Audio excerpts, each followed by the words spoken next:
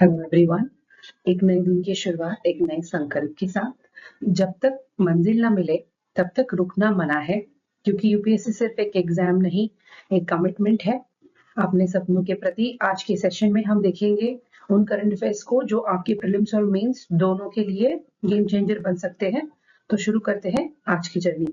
आज का first point जो है, constitution is supreme not judiciary और एग्जीक्यूटिव। एक स्टेटमेंट नहीं बल्कि एक रिमाइंडर है कि भारत का असली शक्ति केंद्र जो है कॉन्स्टिट्यूशन है, ना जुडिशरी, ना एग्जीक्यूटिव, ना लेजिस्लेचर। अब जब ये एक प्रोटोकॉल नहीं, एक प्रिंसिपल की बात हो रही है यहाँ पे। आप अगर देखोगे कि कॉन्स्टिट्यूशनल सुप्रीमेसी की बात को, the idea that all three organs of government derive legitimacy from the constitution, not from each other. ये कॉन्टेक्स्ट इस बात से है कि senior state officials in Maharashtra skipped an official event, जहां पे चीफ जस्टिस ने हाईलाइट किया that skipping constitutional decorum weakens the sanctity of constitution itself.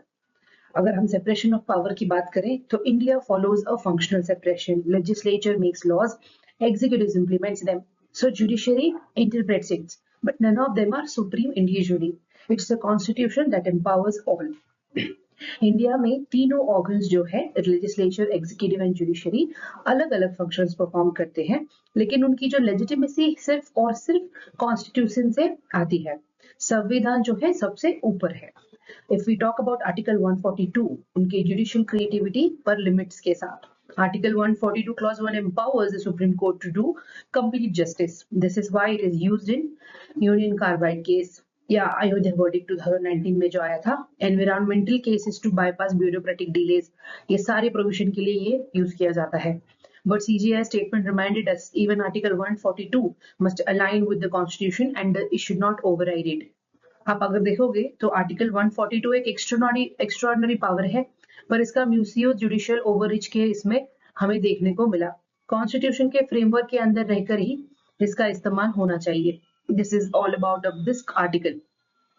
GS paper 2 polity and constitution का जो है, separation of powers, judicial overreach, constitutional morality के उस पर ये क्वेश्चन बन सकता है। प्रिलिम्स के तौर पे आर्टिकल 142 के क्लॉज इंपॉर्टेंट हो जाएंगे एंड हाउ कॉन्स्टिट्यूशनल सुप्रीमेसी कैसे अपहेल्ड कर सकते हैं, इनके कुछ एग्जांपल्स भी आप अपने आंसर्स में लिख सकते हैं। Let's go to the next slide. If we talk about the historical context of the constitutional supremacy here, जब हम ये बोलते हैं कि कॉन्स्टिट्यूशन इज सुप्रीम, तो ये सिर्फ एक आइडियलिस्टिक स्टेटमेंट नहीं होता, इसका एक गहरा एहसास है। ये विचार संविधान के मतलब उसके लेकर आज तक के जो भी वर्डिक्ट्स आए हैं उसके ऊपर देखने को मिलेगा हमें। So let's understand how constitutional supremacy evolved in Indian history.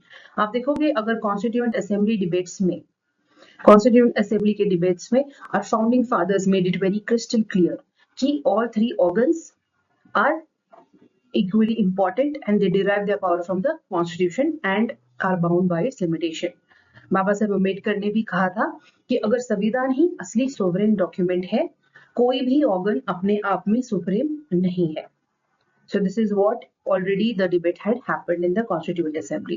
If we talk about the second important point here, that is case 1 Anta Bharti case, is extremely important for exam. 1973 में this case gave birth to the basic structure doctrine. It ruled that even Parliament can't alter the core identity of the Constitution. Example के तौर पे, Parliament can amend the laws, but it cannot destroy democracy, secularism, or judicial independence. These are now protected under basic structure. If you talk about the emergency period, यहाँ पे भी एक बहुत बड़ा बदलाव आया था। This was a very dark phase where executive dominance exposed how fragile constitutional balance could become. Emergency के दौरान जुडिशरी और एग्जीक्यूटिव के बीच बहुत ही तनाव हुआ, जहां पे कॉन्स्टिट्यूशनल लिमिट्स को काफी एक्सटेंड तक तोड़ दिया गया था। तो यहाँ पे भी उन्होंने कॉन्स्टिट्यूशन के इंटरप्रिटेशन की बात की थी। If we talk about NGAC verdict जो 2015 में आया था, जहां पे supreme court struck down the National Judicial Appointments Commission, saying it violated judicial independence, again reinforcing that the Constitution's core cannot be overridden, even with the popular support. आप ये सारे जो 4 points अभी मैंने बताया आपको, basic structure of the doctrine, judicial review, checks and balances, GS paper 2 में बहुत ही ज्यादा important और relevant है। ये बहुत ही फैक्चुअल डेटा है, तो you can please revise read revise it until you by heart it. Moving on to the next slide.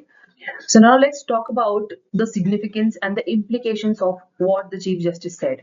तो यहाँ एक बयान एक वार्निंग के जैसे था ये जो स्टेटमेंट सीजेआई ने किया कि संविधान के मर्यादाओं को तोड़ना या उनको इग्नोर करना सिर्फ प्रोटोकॉल का वायलेशन नहीं माना जाएगा, ये एक डेमोक्रेसी की नींव को हिला सकता है.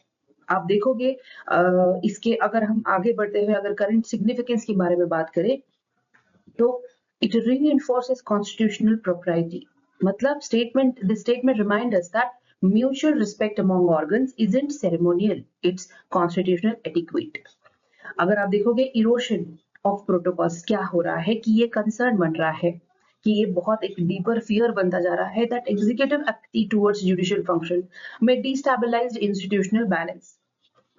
आप देखोगे अगर चेक्स एंड बैलेंस की बात करें तो it brings focus back to the essential inter institutional checks needs to preserve the democratic integrity. आपस में रिस्पेक्ट और प्रोटोकॉल का पालन करना कोई फॉर्मल थिंग नहीं है, ये सिस्टम के स्टेबिलिटी के लिए बहुत ज्यादा जरूरी होता है. अगर इंस्टीट्यूशन एक दूसरे की बाउंड्री क्रॉस करेंगे तो अनार्की का डर भी यहाँ पे हम लग सकता है. If we talk about the future implications of this, we need to revisit the protocols. जैसे it could lead to drafting code of conduct for constitutional functionaries at the states and central levels. If we talk about civic education, that would highlight the need of, for greater constitutional awareness among both officials and citizens. एक awareness पैदा करने की जरूरत है. If we talk about, debate on Article 142 जो बहुत cases में हुआ, it might review the debate on the extent of judicial activism and all the discretionary powers the organ has. Inter institutional relationship की बात करेंगे तो आप आर्टिकल 142 को उसमें साइड कर सकते हैं, या अगर रोल ऑफ जुडिशरी क्या है उसमें you can mention. It will add depth to your mains answer because judicial overreach versus restraint हमेशा एक थीम रहा है क्वेश्चन पेपर में, तो you can talk about it. This article becomes important in that way. Moving on to the next. So today's next topic. कभी कभी science हमसे ज्यादा इंटेलिजेंट लगता है, जैसे कि ये जो डिस्कवरी है, ह्यूमन और फंगल सेल्स एक तरह का mRNA एडिटिंग करता है, लेकिन वो क्यों करता है इसका जवाब अभी साइंटिस्ट के पास भी नहीं है. आप देखोगे कि ये mRNA एडिटिंग होता क्या है. This discovery revolves around A to I mRNA editing, where adenosine जो है is change to inosine. It is in the genetic message mRNA के तौर पे. This occurs naturally across animals and fungi and affects how proteins are produced in the cells. अगर आप बात करेंगे तो साइंटिस्ट फ्रॉम चाइना स्टडीड की a fungus called Fusarium graminearum found over 200 genes undergo editing during its sexual stage. ये क्या करता है? It suggests a hidden evolutionary function. दो अभी ये बहुत poorly understood है, अभी कुछ इनिशियल स्टेज में है. तो ये जो mRNA की एडिटिंग से प्रोटीन का स्ट्रक्चर बदल सकता है, ये जो डिस्कवरी है, और शायद इसी वजह से बॉडी कुछ अडाप्टिव रिस्पॉन्सेज जनरेट करती होंगी, लेकिन इसका एग्जैक्ट रीजन अभी तक अनक्लियर बताया है, और यही इस डिस्कवरी को बहुत ही एक्साइटिंग बनाता है. ये total article is about this की इसका एक मिस्ट्री है जो अभी तक अनफोल्ड नहीं हुआ. एग्जाम के तौर पे you can understand role of RNA या जेनेटिक इंजीनियरिंग के बारे में, we can relate this article. आपके फॉर डिटेल क्लास नोट्स या additional explanation topic wise practice questions भी मैंने दिए हैं. Refer to the PDF link given below this video in the description box. आप जो क्वेश्चंस प्रैक्टिस के लिए दिए जाते हैं, that is to improve your thinking on how the questions are and how you attempt it in the exam. तो आज हम सिर्फ साइंस नहीं, एक मॉलिक्यूलर कहानी समझने वाले हैं, जहां DNA, RNA और राइबोसोम मिलकर एक साइलेंट एडिटिंग का काम करते हैं बिना किसी ब्रेकिंग न्यूज के, पर बहुत ही इम्पैक्टफुल तरीके से. इसका एक स्टेप बाय स्टेप ब्रेकडाउन करके अंडरस्टैंड करने की ट्राई करते हैं. DNA ट्रांसक्रिप्शन जो है, DNA is first transcribed into mRNA which is made up of 4 nucleotides A, U, G and C. ठीक है, तो यानी कि पहला कदम है जेनेटिक मैसेज को लिखना, जहां पे DNA से RNA का मैसेज बनता है. If we see about the second step, A to I editing, जहाँ पे adenosine जो है is changed to inosine, ribosomes read inosine as guanosine during translation that alters the genetic message. इसका मतलब है कि इस एडिटिंग में A बदल जाता है I में, और जो राइबोसोम्स होते हैं यूज G उसे G के तौर पे पढ़ लेता है, इससे पूरा मैसेज ही सडनली बदल जाता है। अगर आप देखोगे प्रोटीन ट्रांसलेशन की स्टेप की बारी, जब राइबोसोम जो है read mRNA in triplets called codons to make proteins, like decoding a language into action का काम करेगा यहाँ पे। If coming to the altered function, if the codon changes, it may insert a different amino acid leading to altered protein structure or function. आपको अगर example मैं बताऊं तो this might explain why organisms reacts differently under stress or in evolution, because the same gene might be edited in different ways. तो ये है basic understanding of the editing mechanism. आप इसको वैल्यू एडिशन के तौर पे एसएस में भी मेंशन कर सकते हैं कि कैसे ह्यूमन जीनोम एडिटिंग का हम पे it's important to research more on that, है ना। अगर आप बस रीड करेंगे तो it would not help you understanding its relevance to ethics, policy, governance. अगर आप इसको रिलेट कर पाए तो that will help you in exam as well. And जब भी आप न्यूज़पेपर पढ़ेंगे it would be it becomes easier slowly, the way you keep on practicing it becomes easy. तो अगर आप देखोगे एक छोटी सी एडिटिंग सेल के अंदर और उसका जो इम्पैक्ट है पूरे डेवलपमेंट साइकिल पर, तो साइंस के ऐसे डिस्कवरीज ना सिर्फ इनोवेशन का रास्ता खोलते हैं, बल्कि हमारे एग्जाम के लिए भी बहुत कॉन्सेप्चुअल क्लैरिटी का सोर्स बन जाते हैं। We get a lot of knowledge of ये कैसे सारा चीजें होती है। If you talk about the significance, अगर स्टेज स्पेसिफिक एडिटिंग की बात करेंगे हम लोग, जहां पे स्टडी शो करता है कि RNA editing is not random, it only happens at a certain stages of development, suggesting जो regulation by the body itself. आप देखोगे इवोल्यूशन पजल जो है, if this process is energy intensive तो एंड कॉम्प्लेक्स, तो why is it preserved across evolution. अगर आप देखोगे इसका रोल जो है रिप्रोडक्शन में, तो it may help in cell transition during reproduction, possibly जो एम्ब्रियो डेवलपमेंट की स्टेज होती है वहां पे।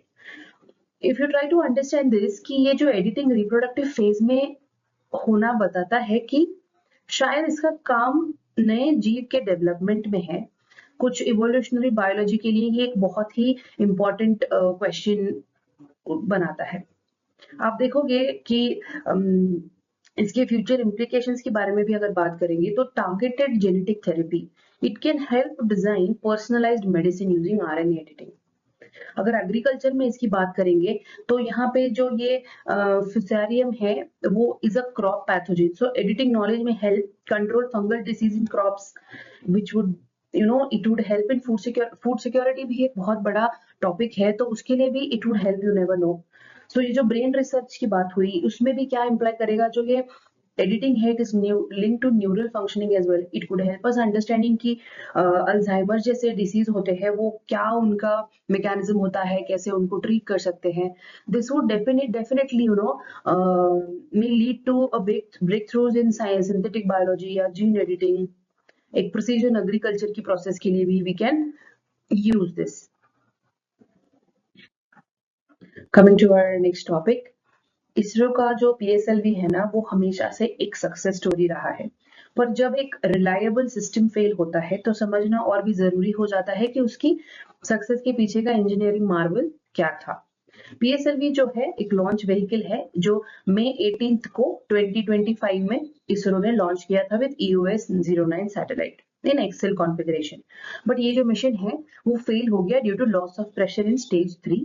It is a rare failure in PSLV, otherwise एक बहुत ही रोबस्ट रिकॉर्ड वो बना चुका है। इंडिया का जो ये स्पेस वर्कफोर्स है वो डेवलप्ड इन 1990s और हमें 1996 में फर्स्ट सक्सेस मिली थी। It was specialized for sun synchronous polar orbits. Famous for PSLV C-37 जो 2017 में हुआ था। It launched 104 satellites in one go and made a world record. PSLV ने इंडिया को ना एक बहुत ही रिलायबल लॉन्च पार्टनर बना दिया। छोटी सैटेलाइट्स हो या मल्टी लॉन्च मिशन हो, PSLV ने हर चैलेंज को पास किया है अभी तक के। आपको अगर टेक्निकल आर्किटेक्चर की बात करें तो इनकी 4 स्टेजेस होते हैं, और जो स्टेज 3 है जहाँ पे सॉलिड फ्यूल का स्टेज होता है, वहां पे वो एक फेल्यूर ऑकर हुआ था। तो ये जो 4 स्टेज है डिजाइन के पीएसएलवी के, एक बहुत ही वर्सिटाइल है, बहुत ही रिलायबल है, specially for lower earth and polar orbits. GS3 science and tech के लिए और स्पेस के लिए भी ये थीम में ये पॉइंट रेलेवेंट हो जाता है। अभी हमारा पीएसएलवी हो गया या जीएसएलवी हो गया, एसएसपीओ हो गए, इंडिजिनस कैपेबिलिटीज हो गए, हमें ये सारी चीजें चैलेंजेस के तौर पे भी एनालाइज करना बहुत जरूरी है। Resilience of Indian space mission है डिस्पाइट द सेटबैक्स, कैसे करते हैं हम लोग, इस पे आप एक बहुत ही सुंदर आंसर लिख सकते हैं। पीएसएलवी जो है वो एक भारत के लिए स्पेस एस्पिरेशन का प्रतिनिधि बन चुका है। It is not just a rocket, एक ऐसा प्रतिनिधि जिसे दुनिया भर से ट्रस्ट मिल रही है। आप देखोगे अगर इसकी technical reliability, even after the recent PSLV 661 setback, PSLV holds a record of 50 plus successful launches. It remains one of the most dependable workhorse in ISRO's fleet. इसकी कमर्शियल सक्सेस के बारे में जो हमने बताया, through new space India limited, PSLV offers low cost, high reliability launch options for global client. India is emerging as a hub for satellite launches. तो ये इसमें PSLV का बहुत बड़ा रोल है। कम लागत में बहुत ही ट्रस्टवर्दी लॉन्च सिस्टम होने के कारण PSLV ने इंडिया को एक बहुत ही ट्रस्टेड लॉन्च डेस्टिनेशन बनाया। आप देखोगे मिशन वर्सिटैलिटी की भी, तो PSLV isn't just about Earth observation. It has launched Chandrayaan-1 and Mars Orbiter mission as well. From lower Earth orbit to interplanetary, PSLV has done it all. If we see private sector potential इसके, तो under InSpace जो है, PSLV derived technologies are now open to private firms. It aims to foster a collaborative ecosystem between ISROs and startups, giving a push to start new startups that is coming into this zone. Moving on to our second article. Data ही सब कुछ नहीं होता, जब तक उस data के पीछे एक पॉलिटिकल विल और सामाजिक संवेदनशीलता ना हो, और इसी मुद्दे पर कास्ट सेंसस की असली समस्या छुपी है। It has been in news for a lot of days now. जो डेटा कलेक्शन की बात हुई थी, the center has announced की caste enumeration in the upcoming decadal census के चलते उन्होंने अनाउंस कर दिया है। ये मूव जो है is aimed to create a data backed roadmap for social justice and policies के चलते। कास्ट सेंसस जो होता है एक एफर्ट होता है जिसमें पहली बार सिस्टमेटिकली बैकवर्ड कम्युनिटीज का एक रियल नंबर रिकॉर्ड किया जाएगा, होपफुली। अगर आप देखोगे कि पॉलिसी फॉर्मुलेशन का बात है, कुछ एडवोकेट्स बोलते हैं कि कास्ट का जो है data, it is very much essential for evidence based affirmative actions, but expert cautions की data alone won't ensure justice without effective policies. जैसे अगर आप देखोगे Mandal commission used data, but जो रियल बेनिफिट है came only when the implementation was followed. अगर political will हो, the real game changer तो यही है जहां पे कास्ट सेंसस ना हमेशा हमने देखा है कि पॉलिटिसाइज किया जाता है with concern of vote bank usage rather than genuine reforms. Without political commitment, data remains unused और वो बहुत ही सिलेक्टिवली अप्लाई किया जाता है। सिर्फ नंबर्स का ज्ञान अगर संवेदनशील और निष्पक्ष पॉलिसी में कन्वर्ट ना हो, तो वो डेटा तो वेस्ट हो जाएगा, है ना। तो इसके एक हिस्टोरिकल कॉन्टेक्स्ट की बात करेंगे, तो जो सामाजिक न्याय के लिए ना कास्ट सेंसस पर बहस तो हमेशा हमने देखी है, लेकिन इसका इतिहास जितना पुराना है उतना ही पॉलिटिकल और पॉलिसी लेवल पर बहुत कॉम्प्लेक्स भी है। आप टाइमलाइन की बात करेंगे तो 1931 में जब ब्रिटिश इंडिया का था, the last full caste enumeration in a census happened in 1931. Post this, India avoided caste-wise data due to concerns over social divisions. Post independence की बात करेंगे तो census covers SCs and STs only, OBC और जो general caste है वो excluded थे from the official head counts. Talk about 1980 के साल में मंडल कमीशन का जो एरा था, वहां पे उन्होंने, उनके पास तो डेटा ही नहीं था सेंसस बेस्ड, तो उन्होंने क्या किया, use non census sources to recommend 20% of reservations for OBCs। Mandal के रिकमेंडेशंस ने संवैधानिक और सामाजिक पॉलिटिक्स में एक बहुत ही नए एरा की शुरुआत की बिना सेंसस के। इफ यू टॉक अबाउट 2011 जो socio economic and caste census है वो कंडक्ट हुआ था, लेकिन but caste data was never officially released due to concerns over data quality and political consequences. अभी जो हाल ही में रिसेंट ईयर्स में बिहार में या ना ऐसे स्टेट्स में इंडिपेंडेंट कास्ट सर्वेज हुए, reviving the national debate on the necessity of central caste census. हमारे एग्जाम पॉइंट ऑफ व्यू से भी इंडियन सोसाइटी या रोल ऑफ कास्ट के लिए अब ये बहुत ही बड़ा इंपॉर्टेंट इशू है। Try to understand the basic, try to frame answer, जो कि आप एक फ्रेमवर्क बना लो ये टॉपिक पे, so that you can use that framework as a skeleton and write any answer if it is related to caste census. क्या caste census सामाजिक न्याय का एक पावरफुल टूल बन सकता है? आंसर इज यस, लेकिन तभी जब सिर्फ संख्याओं का खेल ना बने बल्कि पॉलिसी और इंटेंट दोनों उसके साथ हो। तो what does a caste census collect?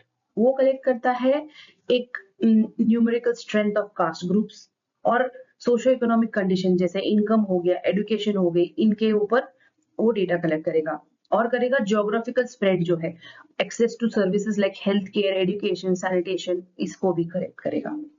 The aim of the caste census is it will enable the targeted welfare delivery, create data-driven affirmative actions. It would definitely highlight intra-group inequalities like rich versus poor among OBCs itself. तो सिर्फ OBC कहने से पता नहीं चलता कि कौन सबसे ज्यादा वंचित है। सेंसस ये बता देगा कि किस ग्रुप को कितना सपोर्ट देना चाहिए। आप देखोगे जो पर्सपेक्टिव्स है कास्ट सेंसस पे, कुछ एडवोकेट्स बोलेंगे कि बहुत ही क्रूशियल एविडेंस होगा जो पॉलिसी मेकिंग के लिए एक बहुत ही फर्म बेसिस फॉर्म करेगा। क्रिटिक्स वार्न करते हैं कि अगर it may politicize the census and shift focus from reform to vote bank, है ना, इसका वोट बैंक की तरह भी इस्तेमाल किया जा सकता है। आप इसको सोशल जस्टिस के पॉइंट ऑफ व्यू से बहुत ही इंपॉर्टेंट टॉपिक बन जाएगा ये कास्ट सेंसस का। अभी भी न्यूज में चल रहा है, let's see what happens next. तो आज हमने देखा कि चाहे वो कॉन्स्टिट्यूशन की सुप्रीमेसी हो या स्पेस की सफर की बात हो या फिर कास्ट सेंसस जैसे बहुत ही सेंसिटिव टॉपिक पे बात हो, हर एक टॉपिक जो है यूपीएससी के लिए उतना ही रेलेवेंट है जितना हमारे देश के फ्यूचर के लिए। आपके लिए मायने हर इश्यू को समझना पड़ेगा, आपको उनको एक एक आपको वो एक बहुत ही राइटिंग एज में दे देगा, प्रोवाइड करेगा।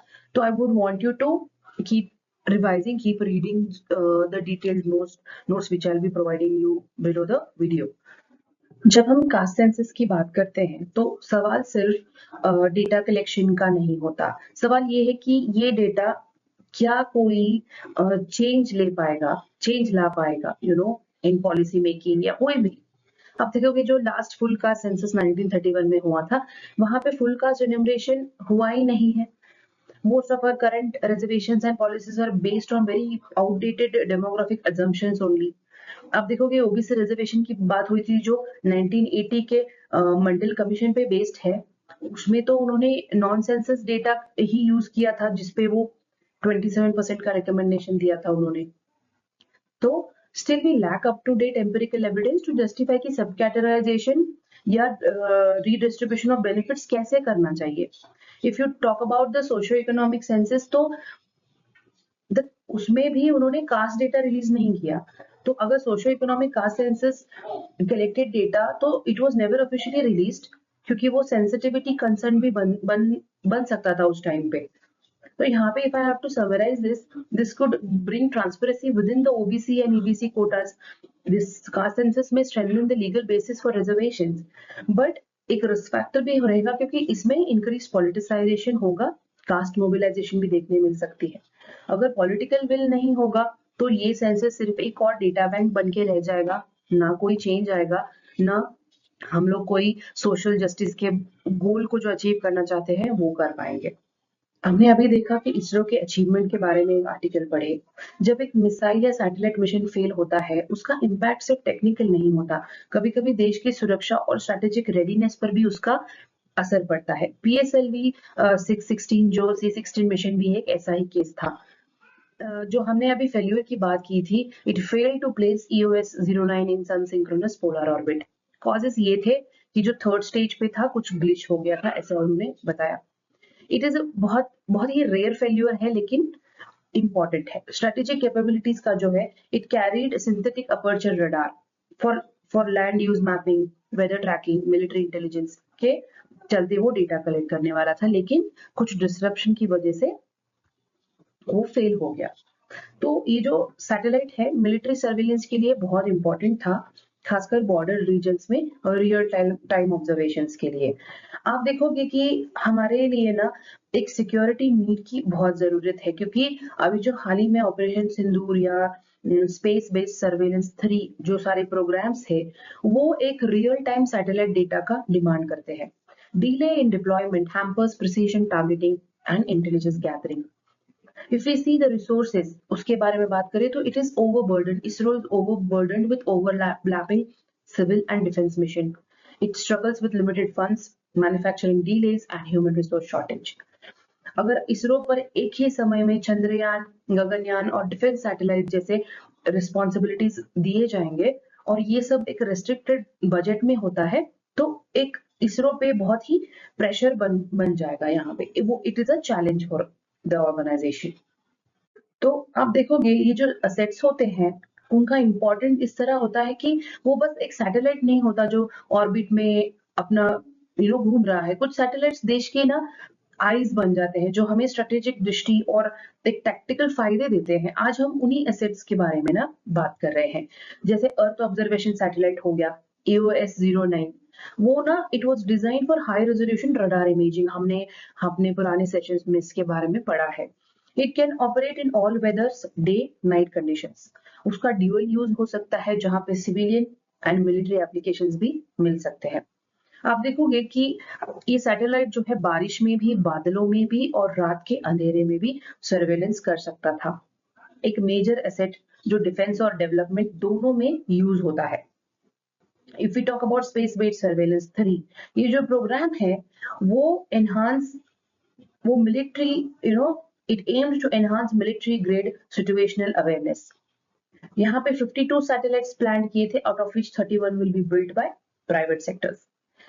This shows कि इंडिया का shift towards public private partnership in strategic defense tech. ये जो प्रोग्राम है एक बहुत ही स्मार्ट स्टेप है जिसमें इसरो का गाइडेंस और प्राइवेट सेक्टर का स्पीड मिलकर भारत को एक बहुत ही स्पेस पावर बनाता है। If we talk about the third NVS-02 navigation satellite failure जो हुआ था जनवरी में, तो उसमें क्या है, it was a part of India's IRNSS और नाविक का constellation. Okay, it was aimed at independent navigation like GPS। उसके फेलियर की बात करेंगे तो it highlights the need for indigenous redundancy in space system. ये फेलियर हमें बताता है कि सेल्फ रिलायंस का मतलब सिर्फ लॉन्च करना नहीं होता, बल्कि एक बैकअप और कंटिन्यूटी भी बनाना पड़ता है। GS पेपर 3 के लिए बहुत इंपॉर्टेंट टॉपिक है ये, क्योंकि इसमें मेंस में स्ट्रेटेजिक प्रिपेयर्डनेस पे हो गया या डिफेंस टेक या सेल्फ रिलायंस हो गया। नाविक का तो प्रीलिम्स में आ ही जाता है, लेकिन आप इसको ऐसे में और मेंस आंसर में हमारे इसरो के डेवलपमेंट के लिए हम आगे क्या सोल्यूशन प्रोवाइड कर सकते हैं या what are the challenges ISRO is facing, इसके लिए एक बहुत ही इंपॉर्टेंट आर्टिकल है। आज जो है भारत की स्पेस कैपेसिटी सिर्फ कम्युनिकेशन या लॉन्च तक सीमित नहीं है, बल्कि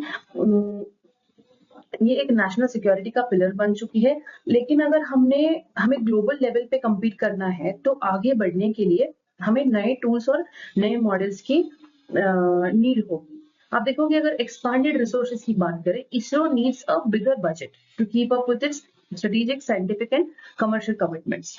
if we talk about additional man power, जहाँ पे हम लोग इंफ्रास्ट्रक्चर की बात हो या लॉजिस्टिक्स, वो बहुत ही क्रूशियल बन जाते हैं to meet the dual load of civilian and military needs.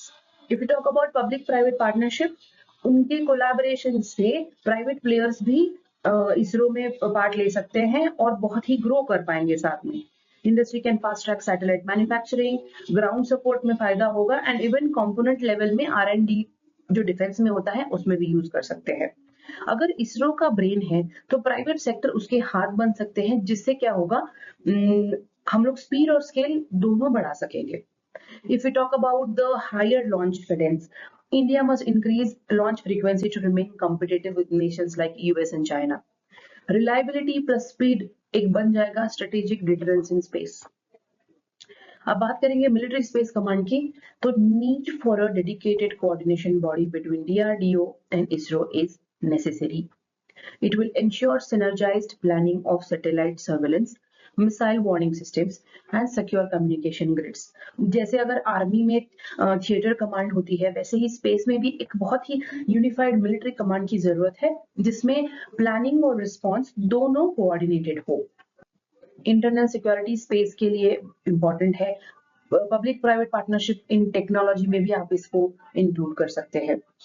तो आज के सेशन में स्पेस सिक्योरिटी पर एक बहुत ही नया पॉइंट ऑफ व्यू इस आर्टिकल में बताया है, जहां पे इसरो का रोल एक सिर्फ रिसर्च तक सीमित नहीं रख सकते हम, उसका यूज नेशनल डिफेंस के लिए भी कर सकते हैं। इस सेशन के हमने जो की पॉइंट्स है, प्रैक्टिस क्वेश्चंस है, नीचे दिए गए लिंक पे आप जरूर क्लिक कीजिए, उससे आप रिवीजन करते रहिए। Please relate it to your mains answers, it will help you in enhancing it. So that's it for today. I keep telling you, we need to revise the factual data again and again. जो follow-up news है, I'll be continuing it in coming sessions, so that will help you understand the news in a very broader way, जहाँ पे आप prelims में भी recall कर पाएंगे और mains में भी बहुत अच्छे से answer लिख पाएंगे। This is it for today. Thank you very much. We shall meet tomorrow. Veranda IAS, where your dream becomes reality.